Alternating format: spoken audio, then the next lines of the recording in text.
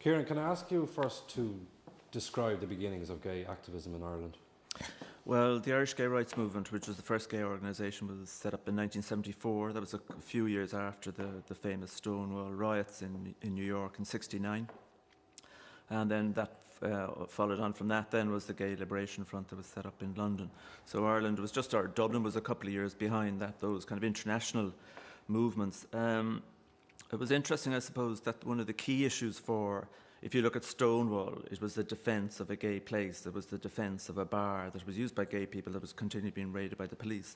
In Ireland, in a sense, the two immediate aims of the gay movement was to establish those social places, because we had none. We had no gay bars, we had no gay dance halls or whatever. It was to set up places where people could meet and socialise and fall in love.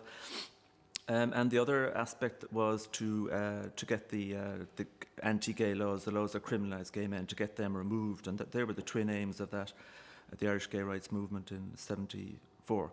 Now, there were an awful lot of different organisations and pressure groups that emerged in the late 60s and early 1970s.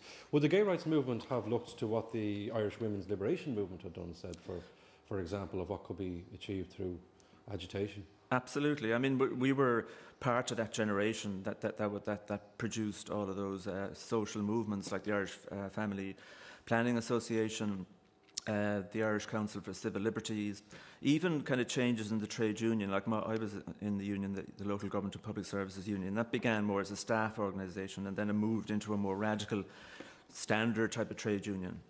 So we were part of that kind of social ferment, and us, a group of us, certainly very determinedly learned from those organisations and modelled ourselves on the most successful ones of them. And of course, a lot of us were members of those other social movements. Lesbians would have been heavily involved in the feminist movement in general. A lot of the people like myself would have been involved in the trade unions, civil liberties, community development organisations, civil rights organisations in general. Was there an optimism there in the mid-1970s that you could achieve your aims? Absolutely. I mean, I don't know whether that was a matter of youth, but certainly there was a huge optimism and there was a huge sense that confidence that we could make massive changes, that they were possible, necessary and urgent. And there was a sense, that it was... it ties in with the culture as well, I suppose. It ties in with that whole ferment that wherever it began, was it Paris in '68 and the French universities and the riots and so on. Part of the countercultural movement in the United States, the music, Bob Dylan, the hippie kind of thing, and also, I suppose, the political movement of the anti-Vietnam War. So I suppose it was a very exciting time. It was a time of great ferment. What about Ireland as a place to live in, as a gay person? Was Ireland believed to be more homophobic than other countries? Well, I suppose actually one of the things to really, it's difficult to recall, is that gay people were not mentioned. We didn't exist. It wasn't even that people were being opposed to us and having that spoken in public would have been a progress. It was that you just did not exist. People didn't exist. You didn't speak about it. It was unspeakable.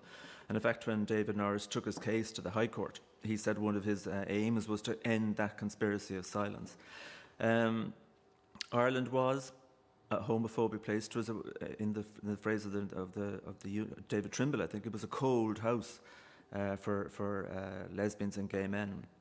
There were no places that you could meet. There were the only places you could meet would be on the street, in public parks, kind of dangerous places in a sense. There was no gay pubs, gay clubs or whatever that would have existed in other places, in London even, and obviously in New York and those kind of places. So for me, I remember when I moved back down to Cork in the late 70s, and had a good job and all that kind of stuff, I kind of knew basically that I would have to leave, I would have to emigrate, I would have to go to London to have any life as a person, any life where you could breathe easily, breathe freely, and live happily and openly as a gay man. And I think that was true for an awful lot of people. Was that a big challenge organisationally as well? Because if you wanted people to organise and agitate in Ireland, they may have had that dilemma that they would like to have stayed in their own country and work to change the laws and change attitudes, but there was also the question of it being a lot easier to live as a gay person somewhere else. Yeah, it was a big. It was. I mean, in my particular case, I was determined.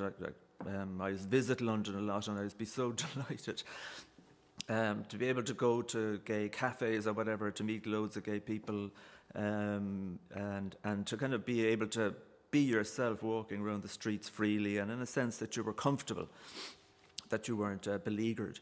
And I kind of ended up staying in Cork and staying in Ireland just because something interesting came up to do the next year, being involved in organising a conference or whatever, something like that. It was almost like the reverse one of emigrants, Irish people who go to London or go to New York or whatever and keep on saying they're coming back and never do because something more interesting happens and they stay. But it was emigration is a key theme of Irish history, and it's a key theme of lesbian and gay history as well. People had to leave for a whole number of reasons. They had to leave because of bigotry to be able to live openly and happily. And just like the rest of Irish people, they had to leave to get a job. And I think the former one, the one about living openly and happily, was actually true for other people in Irish society as well. I think it was true for women, for example. My sister went to London to, I think, to be able to explore herself and feminism and living as a woman, an independent, autonomous woman. That was easier to do in London for her than it was in Cork. There was less battles or barriers or whatever. But the really interesting thing, I think, recently, the great positive aspect of the economic change in Ireland is that now lesbians and gay men are coming to Ireland from countries where things are difficult, where there's a lot of discrimination and oppression. And they're coming here now, they're coming here for those two reasons, to live openly and happily as gay and also to get a job. And that's a fantastic, that almost crystallises the change that has happened in Ireland in that period of time. You mentioned that one of the big challenges was to get the law changed. Yeah. Were gay men still being prosecuted at the time the Irish gay rights movement was established in the 1970s? They were, yes, they were being prosecuted, and it was one of the great achievements of David Norris and the Irish gay rights movement to have those prosecutions stopped, because David Norris and people like him went along with the people who were being prosecuted and represented them in the courts, and gave them moral support even, and in the end the guards. The prosecution stopped. So in a sense, we had a de facto law reform, say from the late 70s up to 93, when the actual law reform was introduced. There were no prosecutions being taken. Did the move towards greater politicisation and advocating for the law to be changed, did that create tensions within the movement? Because there were those who were happy to focus on the social scene and creating a space for people to meet. Was it a movement that was riven by division? It's the classic case of the first or the second item on the agenda of the Irish political groupings is the split, and of course the Irish gay rights movement did split, and God only knows what the split was about. But you could say that it focused to some extent on the importance of pursuing the gay law reform, which was costly and time-consuming, and then providing the social facilities which people urgently need, like which you need in your daily basis to meet and socialise and fall in love and flirt or whatever, and the long-term project of a gay law reform, which was going to take years and which actually was having no direct impact on people's lives, everyday lives. So there was that sense that there was the split took place around that, and it was kind of bitter, and it wasted an awful lot of energy and very scarce energy and resources that we had. And it's a huge reminder of how difficult political change is for a marginalised group, because sometimes a marginalised group is more likely to split because there are more tensions. There's perhaps greater emotion. People have less space to be generous to each other, and maybe there's a sense of not failure, but a sense that things are so difficult that you're not prepared to kind of compromise with one another to achieve some great purpose. Now, one of the milestones was the David Norris case, the Yeah. legal challenge to the laws that discriminated against gay people, gay men. And he was described when he came into court initially in the newspapers as a self-confessed homosexual, Yeah. which is very, very telling. But how important was that, not just as a legal case, but Yeah. also in terms of visibility? I think it was hugely important because it was widely covered in the newspapers. They brought in a lot of experts from outside of Ireland and from Ireland, and that put the case. That brought before the public the kind of dimensions. It tackled a lot of the prejudices. It set out what the problems were in terms of people's lives, discrimination, and so on. And what was his case? His case basically was that in terms of the equality provisions of the Constitution and in terms of the right to privacy provisions, a law which said that you could go to prison for having a sexual relationship with another man, that was unconstitutional in terms of the equality provisions and the right to privacy provisions. Very simple. And the fallout from that case? Well, I suppose one of the fallouts, I think, is that the Irish courts disgrace themselves. The case was dismissed in the High Court, even though that particular High Court judge said that there was a very positive summing up of David Norris's case, and said that there were a lot of gay people, that there was a lot of discrimination, there was no basis for that discrimination, and then at the end of his judgment, he did a kind of a somersault and said, but the laws, basically he's saying the laws should remain. And then in the Supreme Court, in a 3-2 victory, they equally denied, basically said that gay people should be sent to prison. I mean, that's effectively, you can't pussyfoot around it. That's what they were saying. And it was an outrageous decision, and the intellectual calibre of it was pathetic. I mean, I often think that it's almost like the equivalent to a kind of a golf club conversation or something like that. It had that level of intellectual rigour. It was a disgrace, really. And that Supreme Court judge, T.F. O'Higgins, and in later, about the 90s, around the time of the gay law reform, rode back on it. And, he just kind of said, it was almost like saying that, homosexuality, I don't like it. I don't have to explain why my particular I'm making this judgment. He just said something like, well, Dev would be turning in his grave if he thought that the Constitution would protect gay people. Was there any solace taken from the minority judgments in the Supreme Court? Yes, I think they were. Tom Cooney, who was in the ICCL at that time, the Irish Council for Civil Liberties, said that they stood out like beacons in a dark night. And I think it's a very important point, I suppose, that, one of the things that I always stressed, and that the organisation that later was set up, the Gay and Lesbian Equality Network, is that around the 80s, there was a strong feeling that Ireland was irredeemably reactionary. And there was a lot of evidence for that in terms of contraception not being allowed for people, divorce, people not allowed to remarry, a whole range of areas, not including the gay issue. And I always argue very, very strongly that there was that truth about Ireland and that part of Irish traditions, but there was a hugely progressive element in Irish society. Going back to Daniel O'Connell, the trade unions, even rural areas, that there was a socialist tradition in rural areas, that it wasn't necessarily just purely an urban thing, that there were landless labourers who were organising to form unions and form the Labour Party and so on.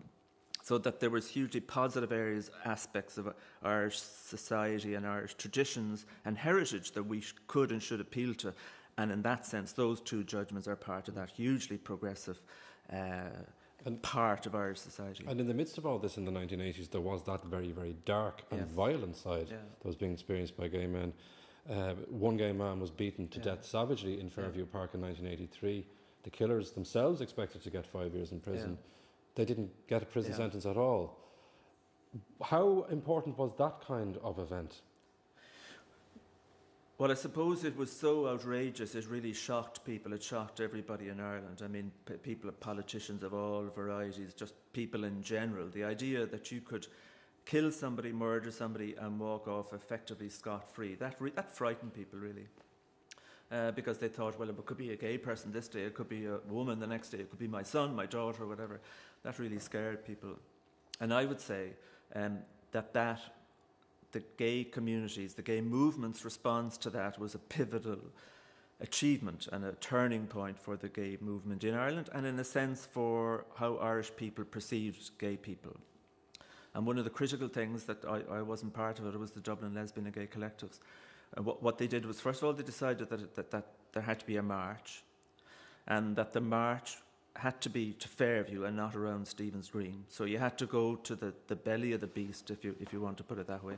And that we had to, like Stonewall, we had to claim our right to live, and we had to claim our right to be in public spaces and to have a place, almost, a social place in the society, but to have a physical place in that society. And that's what that march was about.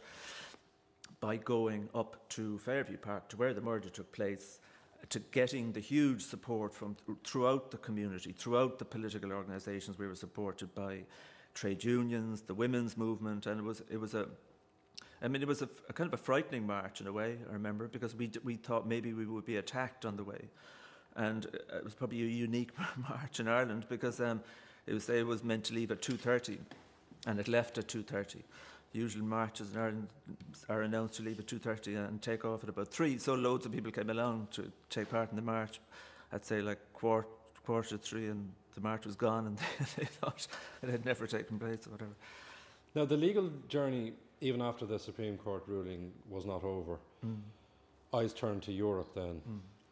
What happened with regard to the legal challenge being taken to Europe? And it was a very protracted hearing, wasn't it? Yes. I mean, talk about the long march through the institutions. This was the long march through the court system. And it's a really interesting thing, I suppose, about partition, is that Ireland had to take 2 cases to the European courts, Jeff Dudgeon first and then David Norris. And it's not a very pleasant kind of record to have. But David took the case to Europe and was represented by Mary Robinson, I think, at that time still. And he won his case. But the European Court of Human Rights, their basic decision was that a law that completely prohibited gay sexuality was contrary to the Convention on Human Rights. But they weren't talking about granting us equality or anything like that. That was for another day.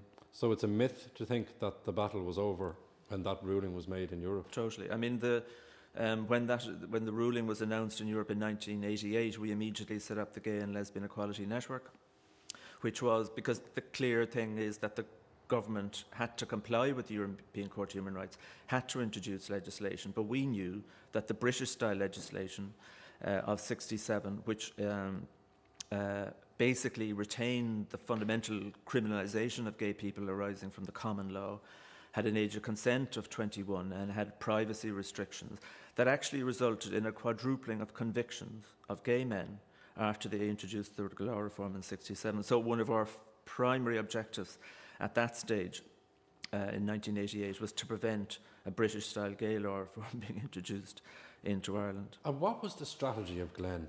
Did you sit down and plot out a strategic plan for a few years of approaching politicians and that kind of thing?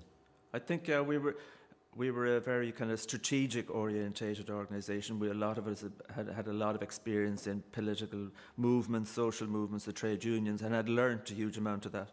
And also we were hugely open to learning, evaluating how well we had done or where we were failing, and listening to other key people, trade union leaders, whoever, and asking them, what do you think, how do you think we're doing? Do you think we could do better or worse or whatever? So we were very much aware that we had very little power, we didn't have a mass movement, we had no money, and that our key resource was our strategy. Our key resource was our thinking about, and our determination about how we could make change. And I suppose one of the key things that we decided was that equality was going to be our goal. And also we were going to link in not just the law reform, but also we were going to link in social and economic demand. So our twin track approach was reform of the law on the basis of equality, but also the introduction of equality and anti-discrimination legislation, and particularly focusing on things like work and amending the Unfair Dismissals Act, which we did successfully. And you achieved your aims, initial aims at least, in 5 years, which is relatively quickly. That was a very successful campaign, wasn't it? It was, and I think it's kind of not, I mean, I suppose one of the great successes of a campaign and a campaigning organisation is at the end of the day, people don't think that was a great achievement. People think that it was average or ordinary or to be expected. But on the contrary, like 1988 was the height of right-wing reaction in Ireland. It was a time when the right were completely in the ascendant. They had won all the referendums. They were able to put in protocols into European treaties behind closed doors. They had social workers frightened. Emily O'Reilly has written a great book, The Masterminds of the Right, that documents all that.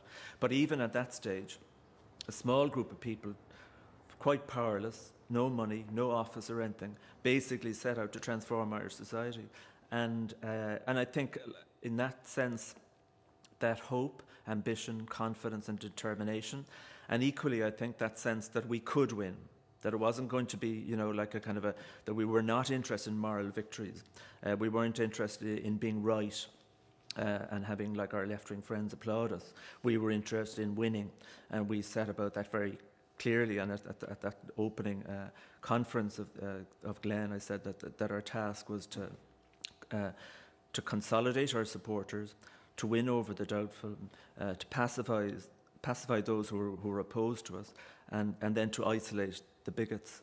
And we set about very concertedly in doing that. And again, I think the point of believing very, very strongly in the progressiveness of Irish people, that we could appeal to Irish people, we could appeal to the Fianna Fáil coming down in Portlaoise or wherever, we could appeal to the people of Belmullet as well as to the people of Dublin 4, and that we could link into people who would regard themselves as perhaps conservative or very traditional, or who would have thought that the changes taking place in Ireland were a threat to Irish culture. We could appeal to the good side of Irish society. David Norris said in that context that the vast majority of Irish people weren't interested in interfering in people's sexual lives. Is that something that you agree with or agreed with? Totally, yeah. I mean, I think that when we were out campaigning and talking to people, and say, for example, in the trade unions, I always there was found that there was a huge fund of goodwill. And I think, in a sense, what was going on for people who are heterosexual was that they found their sexuality as much threatened and circumscribed by the right and by the church, because you didn't have access to contraception. And you, like, if your marriage broke down, you couldn't get into another marriage. So their heterosexuals' experience in Ireland was that their sexuality was as equally not endangered, but was. Sorry. That's fine. Take your time. This is terrific. I think that point that Irish women in particular, I suppose. I always remember my mother had a very dubious or very sceptical attitude to the Catholic Church and to priests, for example, who spoke about that women shouldn't have the right to contraception or to control their fertility. And she said, well, if he had to change a nappy, he'd be thinking differently about that. And equally, I think women's of a certain age, of that age, who were having children in the 40s and the 50s or 30s even, their experience of the medical establishment as well was that they were treated pretty badly. So there was a level of resistance even amongst devout Catholics like my mother to the church telling them what they should be doing about their sexuality or their fertility or whatever.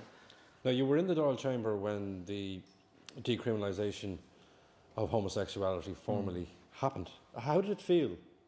It was fantastic. It was brilliant because I suppose, as like a lot of, we were proud Irish people. I mean, the lesbian and gay people, and it was fantastic to see our legislature granting us equality. Okay, late in the day, but they were doing it. And if you were there, or if you can go and read the debates, the contributions from all sides of the House, they were celebrating the fact that they were doing that. They were saying things, our TDs were saying things like, "This is a great day for Ireland." And so and I remember afterwards, like as being a kind of a campaigner for a long time, and kind of, able to live my life as a gay person in this country fairly well. I remember that sense of huge relief. It was like that this was a burden that we had grown up with, and hadn't realised was there really. And then when it was gone, there was a sense of a kind of elation that now we were full and equal Irish citizens, and that sense as well which was part of the struggle, which I'd kind of almost forgotten about. That one aspect of the struggle was to create a new definition of being Irish, that you could be lesbian or gay and Irish, that it wasn't some kind of alien ideology or foreign import, or that to move the definition of Irish outside of being Catholic, heterosexual, married or whatever, and that it could include being gay, and I think that was a tremendous achievement for Irish society as well, because I think that gay law reform, and I said it and at a speech on the Lesbian and Gay Pride, which coincidentally was the next Saturday, the gay law reform was a great achievement for Irish society as well. It was the flowering or the manifestation of that positive aspects of Irish society. And lastly, did you feel at that stage as well, you were there to celebrate the achievement and the victory, there was going to be another phase then? Yeah, because, the other phase is the equality legislation. And in fact, we the Labour Fianna Fáil government that came in, that was part of their programme, and that was introduced shortly after the gay law reform. And that's hugely important. And again, that was an aspect of the Glen campaign, was to include other discriminated groups like travellers or discrimination on the basis of race or whatever. So our legislation, both the gay law reform and the equality legislation, led the world. And maybe we shouldn't be kind of preoccupied by Britain, but I suppose it was a fantastic feeling that we zoomed beyond Britain by introducing that gay law reform and that equality legislation, which is interesting, led Europe and led the world, and was only introduced in Britain a few years ago. That's terrific, Kieran. Thanks a million. You're welcome.